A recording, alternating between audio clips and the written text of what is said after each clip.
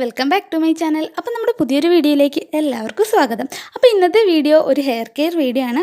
അപ്പോൾ കുറേ നാളായി ഈ ഹെയറിൽ എന്തെങ്കിലുമൊക്കെ അപ്ലൈ ചെയ്തിട്ട് അപ്പോൾ ഹെയർ ഫുൾ ഡാമേജ് ആയിട്ട് കിടക്കുകയാണ്. ടൈമൊന്നും കിട്ടിയില്ല നേരെ ഹെയർ കെയർ ഒക്കെ ചെയ്യാൻ വേണ്ടിയിട്ട്. അപ്പോൾ നമുക്ക് ഹെയർ കെയർ എന്തായാലും സ്റ്റാർട്ട് ചെയ്യണം. അപ്പോൾ ആദ്യം തന്നെ നമ്മൾ ചെമ്പരത്തി താളി തേച്ച് നമ്മുടെ ഹെയർ കെയർ സ്റ്റാർട്ട് ചെയ്യാമെന്ന് വിചാരിച്ചു. അപ്പോൾ ഇന്നത്തെ വീഡിയോ നമ്മൾ ഒരു അടിപൊളി നാച്ചുറലായിട്ട് ഒരു ചെമ്പരത്തി താളി ഉണ്ടാക്കുന്നത് എങ്ങനെയാണെന്ന് നോക്കാം. അതിനായിട്ട് ചെമ്പരത്തി മാത്രമല്ല കേട്ടോ, കുറച്ചധികം സാധനങ്ങൾ ഞാൻ യൂസ് ചെയ്യുന്നുണ്ട്. അപ്പോൾ അത് നമ്മൾ വീട്ടിൽ ഉള്ള സാധനം തന്നെയാണ്. ആദ്യമായിട്ട് നമുക്ക് ചെമ്പരത്തി ഇലയും ചെമ്പരത്തി പൂവും വേണം. അതിനായിട്ട് ഞാനൊരു പാത്രം എടുത്തിട്ടുണ്ട്. ഇനി നമുക്കിതിലേക്ക് ചെമ്പരത്തി പൂവ് പറിച്ചിടാവേ. അപ്പം മഴയൊക്കെ കുറവായിരുന്നു ഇപ്രാവശ്യം കിട്ടിയിരുന്നത്. നല്ല മഴ ഒന്നും തന്നെ കിട്ടിയില്ല. അപ്പം നമ്മുടെ ചെമ്പരത്തിയിൽ അധികം അങ്ങനെ പൂവോ ഇലയോ അങ്ങനെ ഒന്നുമില്ല. അഥവാ ഇലകളൊക്കെ ഉള്ളത് തന്നെ പുഴുക്കളും ഒക്കെ ആയിരുന്നു. അപ്പം നമുക്ക് ആവശ്യമുള്ള ഇല ഇതിൽ നിന്ന് പറിച്ചെടുക്കാമെന്ന് കരുതി. നമുക്കിവിടെ ഒരുപാട് മൂട് ചെമ്പരത്തി നിൽപ്പുണ്ട്. അപ്പം നമുക്ക് വേറെങ്ങും പോയി പറിക്കേണ്ട കാര്യമില്ല. ആദ്യം തന്നെ നമ്മൾ ചെമ്പരത്തി പൂവാണ് എടുത്തത്. അത് കഴിഞ്ഞിട്ടാണ് കേട്ടോ നമ്മൾ ചെമ്പരത്തി ഇല എടുത്തത്. ഈ 5 ഇതളിൻ്റെ ചെമ്പരത്തി ആട്ടോ നമ്മൾ എടുത്തിരിക്കുന്നത്. ഒരു 4-5 ചെമ്പരത്തി പൂ എടുത്തിട്ടുണ്ട്. മൊട്ട് വേണേലും ഉപയോഗിക്കാം കേട്ടോ. പൂ കിട്ടിയില്ലെങ്കിൽ മൊട്ടായാലും മതി, സാരമില്ല.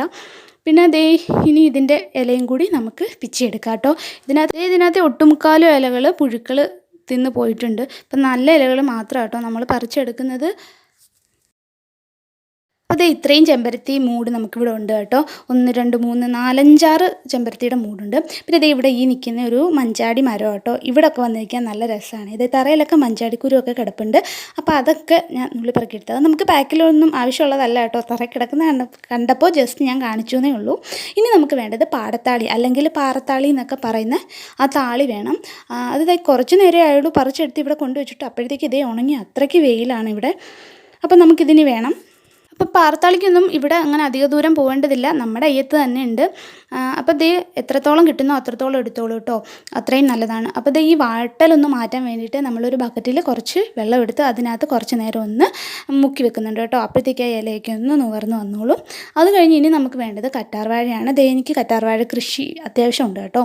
ഇത് മാത്രമല്ല വേറെയും കുറച്ച് മൂട് വെച്ച് പിടിപ്പിച്ചിട്ടുണ്ട്. അപ്പോൾ നമുക്ക് ആവശ്യമുള്ളത് നമ്മുടെ വീട്ടിൽ നിന്ന് തന്നെ എടുക്കുന്നതല്ലേ നല്ലത്. അപ്പോൾ വേറെ കറ്റാർവാഴ ജെല്ലൊന്നും ഞാൻ വാങ്ങിച്ച് യൂസ് ചെയ്തിട്ടില്ല. വീട്ടിൽ നിന്ന് തന്നെയാണ് എടുത്ത് യൂസ് ചെയ്യാറ്.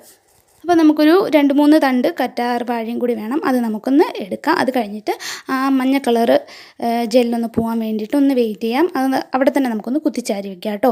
പിന്നെ അപ്പുറത്ത് കുറച്ച് അഴുകിപ്പോയതിൻ്റെ ബാക്കിയായിട്ട് ഉണങ്ങി ഇങ്ങനെ കിടപ്പുണ്ടായിരുന്നു കേട്ടോ. അതും എടുത്തിട്ടുണ്ട്. അപ്പോൾ അത് വെറുതെ വേസ്റ്റാക്കി കളയണ്ടല്ലോ. ഇതിൻ്റെ കൂടെ ആകുമ്പോൾ ഇതങ്ങ് പൊക്കോളും. അപ്പം കറ്റാർവാഴ എടുത്തിട്ടുണ്ട്. ഇനി നമുക്ക് എടുത്ത് വെച്ചിരിക്കുന്ന കറ്റാർവാഴയും എല്ലാം കൂടി നമുക്ക് നന്നായിട്ടൊന്ന് കഴുകി വൃത്തിയാക്കി എടുക്കാം. മണ്ണും പൊടിയൊക്കെ ഉണ്ടെങ്കിൽ പൊക്കോട്ടെ. അപ്പം നമുക്കിതൊക്കെ ഒന്ന് കഴുകി വൃത്തിയാക്കി എടുക്കാം കേട്ടോ.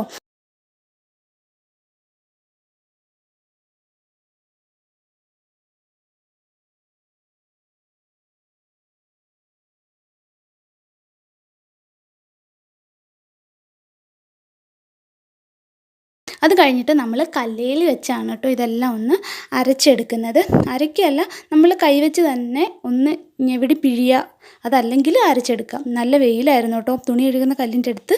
അപ്പോൾ അതിൽ വെച്ച് തന്നെ നന്നായിട്ട് ഞാനിത് കൈവച്ച് തന്നെ അരച്ചെടുക്കുന്നുണ്ട്. അപ്പം നമുക്ക് നല്ലതായിട്ട് തന്നെ കിട്ടും കേട്ടോ, ഒരു പ്രശ്നമില്ല. ഈ അരച്ചെടുത്ത് കഴിഞ്ഞിട്ട് നമുക്കിത് ഒരു തുണിയിലോ അല്ലെങ്കിൽ അരിപ്പയിലോ വെച്ചൊന്ന് പിഴിഞ്ഞെടുത്താൽ നന്നായിരിക്കും. അപ്പോൾ ആ ഇലയുടെ അംശമൊന്നും കാണില്ല. അപ്പോൾ നമ്മുടെ തലയിൽ നല്ല ക്ലിയർ ആയിട്ട് തന്നെ ഇരിക്കും കേട്ടോ. അപ്പോൾ ഈ പാറത്താളി ഞാൻ ഇലകൾ മാത്രമല്ല അതിൻ്റെ തണ്ടും എല്ലാം കൂടാണ് അരയ്ക്കുന്നത്. അപ്പം നമുക്ക് നന്നായിട്ട് അതിൻ്റെ ജ്യൂസ് ഫുള്ളായിട്ട് കിട്ടും കേട്ടോ.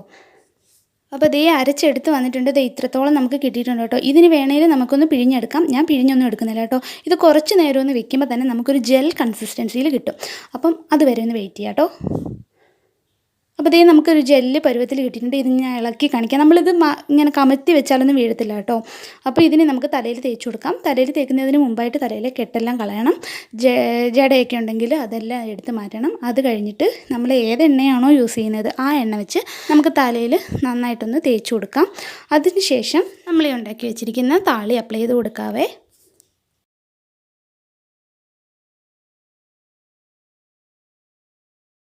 അപ്പോൾ ദേ എണ്ണയൊക്കെ നമ്മൾ നന്നായിട്ട് തലയിൽ തേച്ച് കൊടുത്തിട്ടുണ്ട്.